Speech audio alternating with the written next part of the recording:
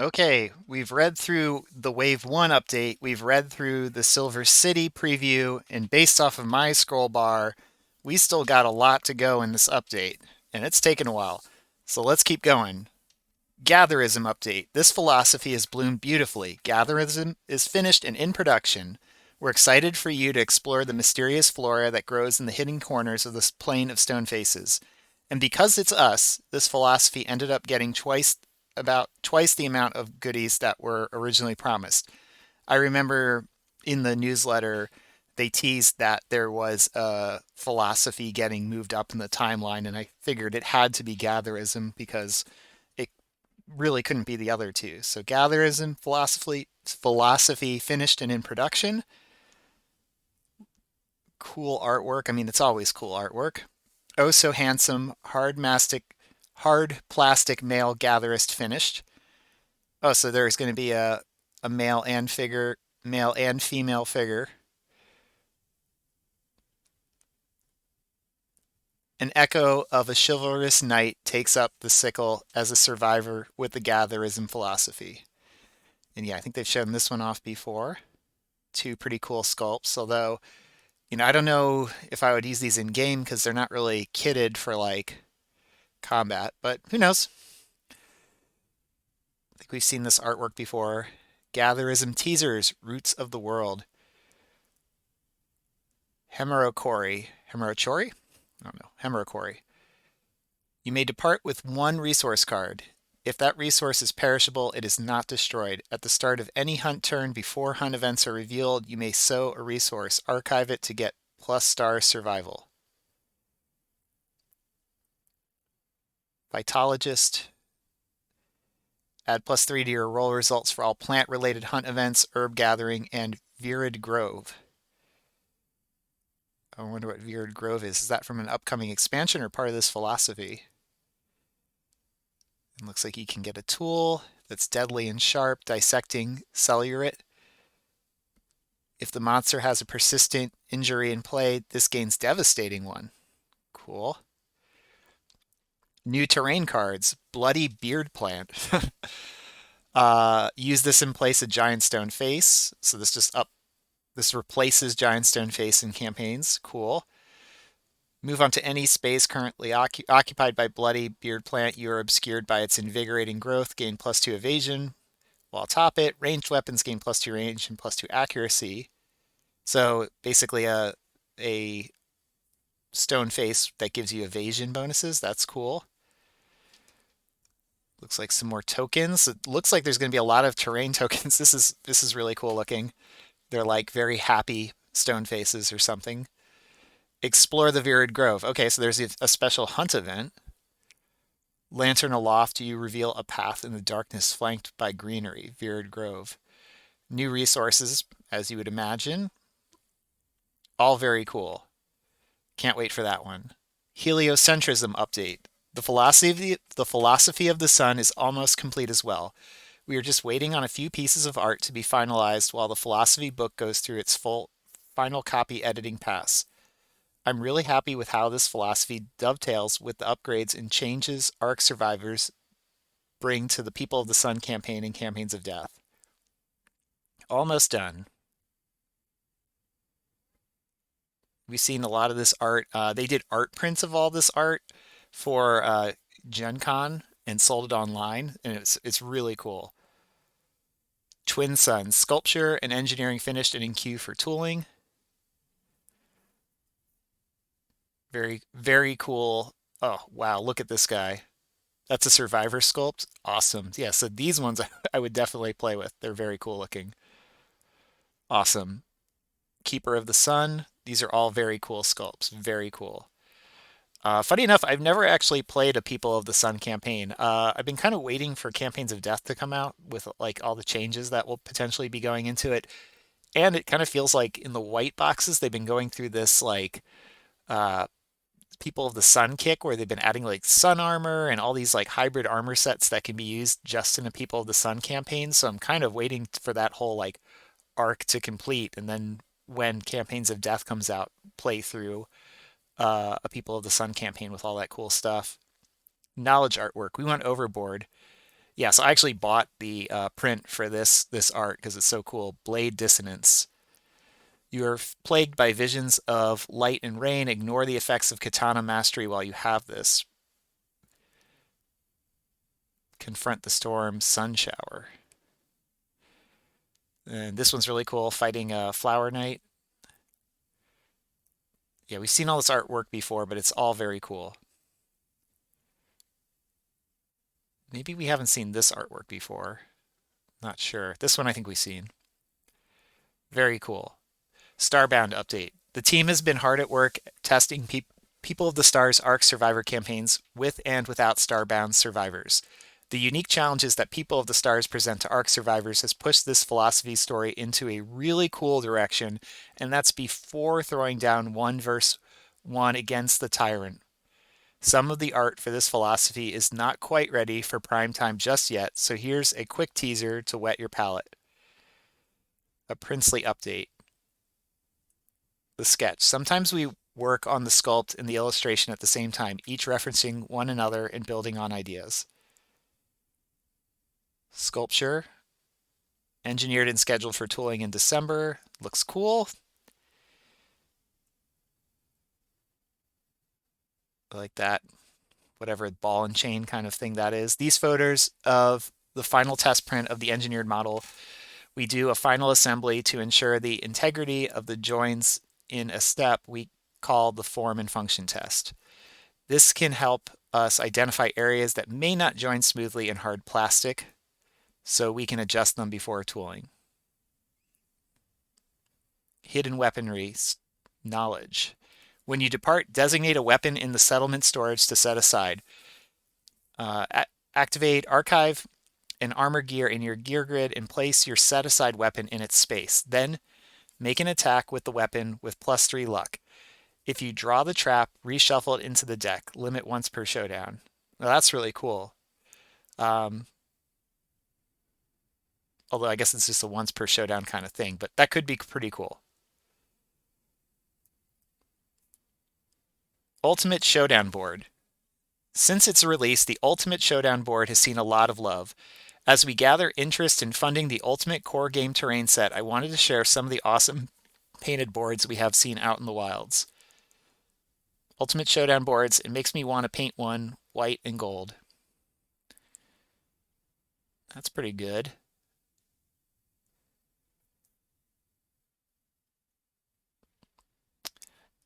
I mean, some of these are pretty good, but I kind of prefer it just being gray. I don't know. There's just something about it. Like, I play with a lot of unpainted minis, so I'm just kind of used to seeing everything in grayscale.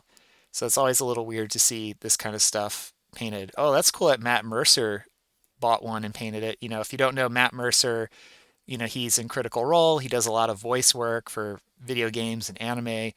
Um, he said that like he loves Kingdom Death and he's used some of the models from it in some of his Critical Role campaigns, so that's pretty cool.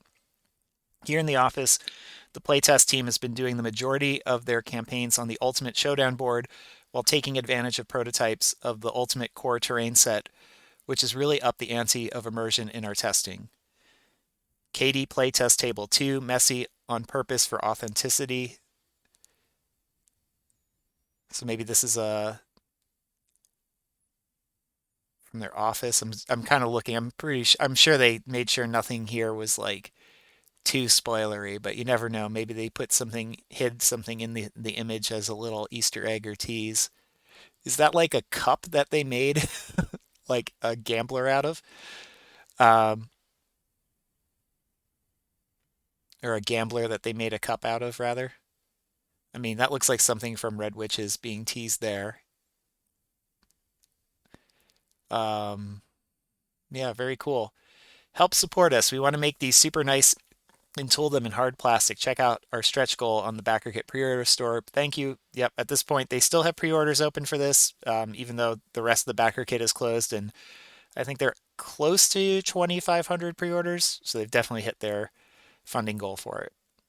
Ivory Dragon update. The Ivory Dragon has been scanned. This massive model is 120 parts, and that's before the hard plastic engineering. By the time it's finished, I am confident it'll be the most complex hard plastic quote-unquote miniature hobby kit ever dreamt up, sculpted, and finally fabricated. Of course, we'll be sure to include a comprehensive assembly tutorial. The beast is scanned. Yeah, so this has been in development for a long time. Look at that $1 million smile. And the idea for this is that survivors for scale. The idea for this is that this is going to actually be able to split apart into multiple monsters, and that at least this was pitched was um, in the campaign for the Ivory Dragon. Like one part of it will be a quarry monster, one part of it will be a nemesis monster, and you'll bring them together for the finale in its final form. So really curious to see how they engineer all that, or if that's the final plan. But this is going to be a crazy miniature. Yeah, not looking forward to building this guy. So yeah, I think this is going to be like one of the fights you do on its own, and then I think the big guy might be a fight on its own, and then they kind of combine together for the end. This is going to be crazy. Our next steps for this behemoth are to carefully check all the digital data, clean each part to restore any lost details, improve and enhance details specifically for hard plastic tooling, plan the overall splits based on the technical limitations of the tool sizes we are planning on using, split the model for hard plastic engineering and carefully draft each individual part. Finished parts go into layout, then tooling. Next are test shots. Typically, there's some final gate adjustments and minor cleanups. Finished, oh yeah, and then production. Gambler's Chest Painting Contest, Gallery Open. Congratulations once again to all of our wonderful Gambler's Chest Expansion Painting Contest winners. The Dark Judges have just finished out sending prize emails to everyone that participated in the competition, and the full contest gallery is now available for view. And yep, we've looked this over before, and I've looked this over before. There's a lot of cool winners in there. Just go through them. Expansions of Death Painting Contest, and now announcing the Expansions of Death Painting Contest. I'm actually just going to skip reading this section, but if you're curious, you can read over all the details for that. And they're going to, oh, well, let's read this part here. To spread that joy even further, we are planning on including a community gallery section in the upcoming Campaigns of Death rulebook, a huge section dedicated to all the amazing painters that have graced our miniatures with their fine brushwork. When you submit an entry to this contest, it becomes eligible to be featured in these hallowed pages, enshrining your work forever. Of course, all of our usual contest rewards still apply. That's cool. So some of your paintings could actually make it into like an official KDM rulebook. That's cool. Just a lot of close-ups of the artwork for the contest. This is a fun little artwork. I think they have all the expansions featured. Frog Dog, Black Knight up there, Lion Gods, Sunstalker, Dragon King, Manhunter, Dung Beetle Knight, Spidicules. I guess it's missing a couple. I don't see Gorm. I don't see Flower Knight, or Lion Knight. But it's got most of them in it. But there's Flower Knight. All right, well then where's Lion Knight? He's like the only one missing, I think. Oh, Slender Man's missing. But isn't he always? Let's paint. Dark Treasury updates. This year, all interested backers that signed up for the Dark Treasury beta were able to store their rewards and redeem the first shipping wave available via the Dark Treasury, including the Frog Dog expansion, Ultimate Showdown board, Kickstarter exclusive dice, Roll Survivors, and Classic Death dice. We worked hard with critical feedback from our beta Discord users to smooth the transition, improve the tools, and dispatch rewards to backers at their convenience. Rewards started redeeming in May 2024, and backers are still using the tool even as recently as October. What's ahead for the Dark Treasury? In the coming year, we look forward to fulfilling revamped Shipping Wave 1 through the Dark Treasury. Taking this into account, we are once again opening up signups to test the Treasury for interested backers. We look forward continuing to explore ways we can expand the capabilities of the Dark Treasury to provide greater flexibility to our beta users. Another important discussion for the future will be the length of time rewards are guaranteed to be held. The cost of warehousing product is rising like everything else. Our goal is to provide a generous window for backers to redeem their rewards in gratitude for your support, while also establishing a clear deadline by which a reward must be shipped or refunded as store credit, so that the item is not held definitely in warehouses. In this way, we aim to offer as much transparency as we can through our tools. Yeah, so right now, I think at least for beta testing, they're letting you hold on to any rewards indefinitely, but they've kind of floated in the past the idea of like a 90-day window. What's interesting there is that they would actually refund you stuff as store credit, which could be interesting because you could, I wonder if like you got a bundle or stuff, like what kind of value they would put on that, right?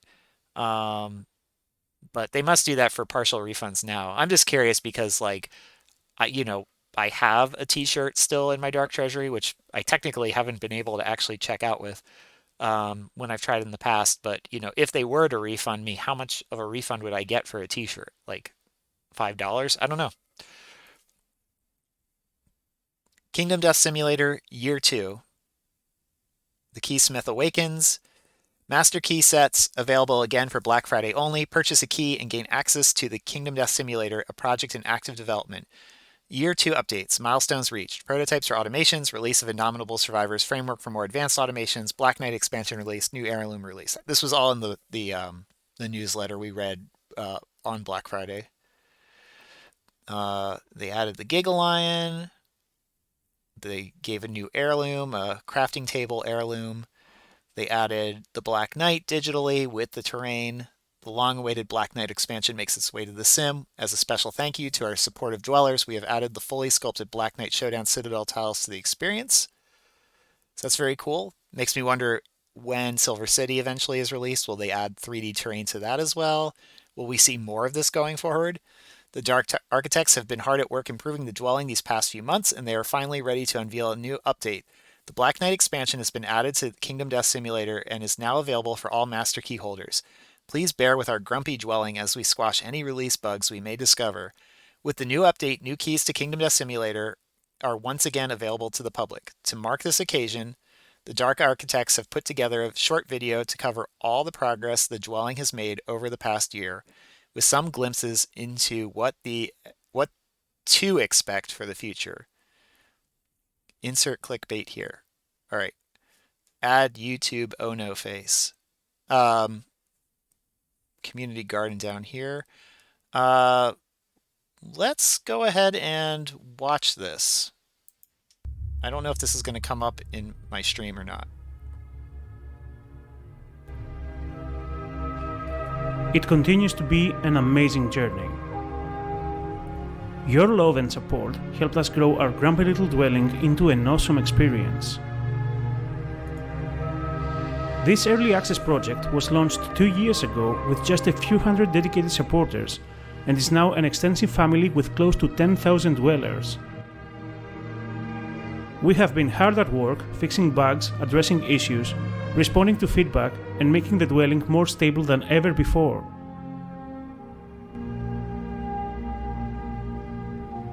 This year, we focused on the most requested features by our community, automations. We released several Indomitable Survivors, each with unique abilities that would be our testing grounds towards a more complete automation framework. Morg was our first venture into automation territory. Through him, we gave players the option to automatically resolve an attack against a monster and roll the appropriate dice. We also added some visual flair by having him swap his miniature weapons when axes are equipped on his gear grid. This was the first step in introducing miniature modularity for all weapons in the game. That's cool. Lenore introduced activation detection on gear cards and the ability to perform pounds when the correct gear is in play. She would also be able to swap Qatar weapons when different gear cards are equipped on her grid, thus establishing a persistent trend for all Indomitable Survivors, retroactively adopting each other's automations as they are released. Zell introduced subtle but important effects in the showdown.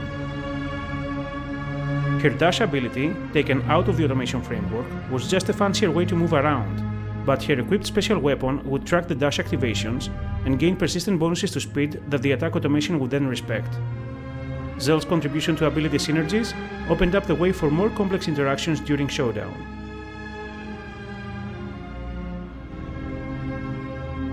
Through Grimory, we added positional awareness of miniatures on the showdown board. Grimory paved the way to detect the blind spot position behind monsters and adding bonuses from this position to the attack automation. It's cool how they're kind of using This would each serve as a starting point for small bonuses of release every as kind based on a grid feature position. release for the larger sim.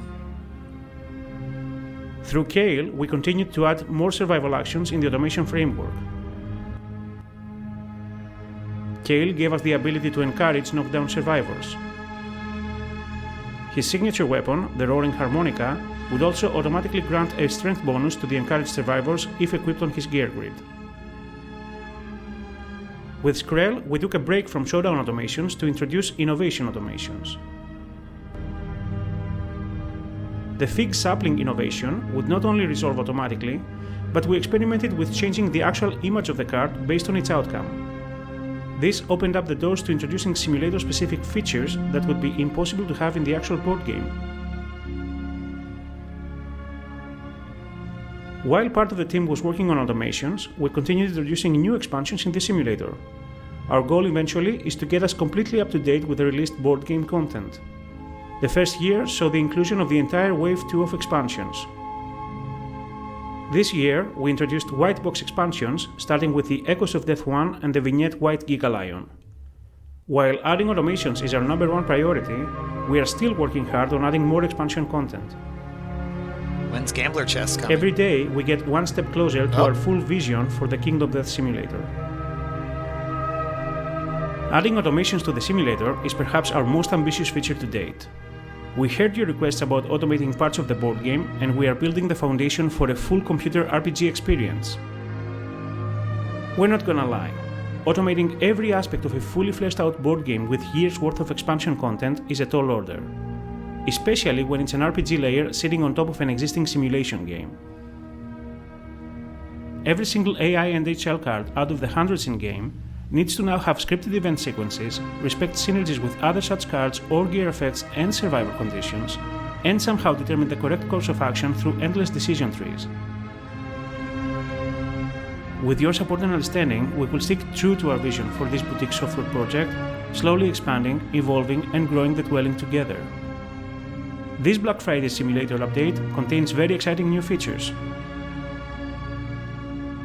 Gorm now has the ability to retch, spewing vomit on all unsuspecting survivors in front of him. Cute. This Black Friday also sees the release of the long-awaited Black Knight expansion. New mechanics have been introduced to enable its special rules during Showdown. As a Black Friday thank you, we have decided to add the fully sculpted version of the Black Knight terrain to the expansion. This was lovingly created in the simulator and can be used instead of the normal Black Knight Showdown tiles.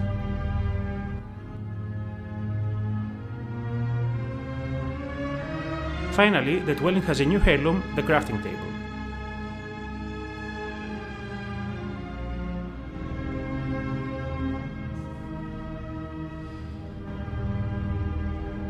This little miniature crafting table can be attached to any settlement record sheet.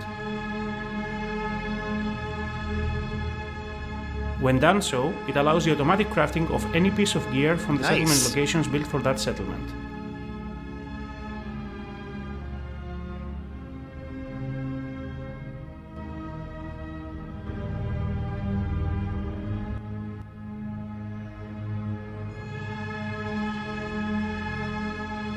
We are very grateful to be given the opportunity to work on this project.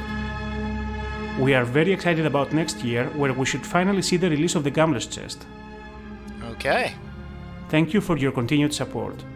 The Dark Key Smith is active, and keys to the Kingdom Death Simulator are once again available on our web store. We hope to see you in the dwelling. All right. On one hand, I could see me really liking having like a fully automated Kingdom Death Simulator where I don't have to think as much about what each card does and how everything interacts with one another.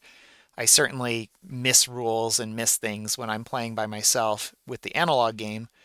But at the same time, I found digital board games that automate everything for you, like, PC games and mobile games, a lot of times you don't really understand the actual mechanics of the game. Like it's if you learned how to play a game digitally, you might actually have a hard time playing it in analog if the computer's handling a lot of the upkeep for you. Or you might misinterpret how certain things in the game work. So on one hand, it could be cool. On one hand, it might be detrimental to me playing content analog. So we'll see. I haven't done a full campaign in the digital simulator. I have played a couple showdowns in the simulator. Um, like just because, like let's say the hands when that came up in my Gambler's Chess campaign, I just played it on the simulator because I didn't really need anything specific from my analog copy to play it. Um, but I think that's always going to be an issue too, right? Is like I'm always playing with the new stuff, and the new stuff is the most likely stuff not in the simulator yet. So I don't know if and when there's going to be a point I could play a full campaign in the simulator with the content I want in it. Okay, we're getting to the final stretch of this update. We have Community Garden, and if there's anything else after that, so I'm going to stop this video here, and we'll finish it out in the last video.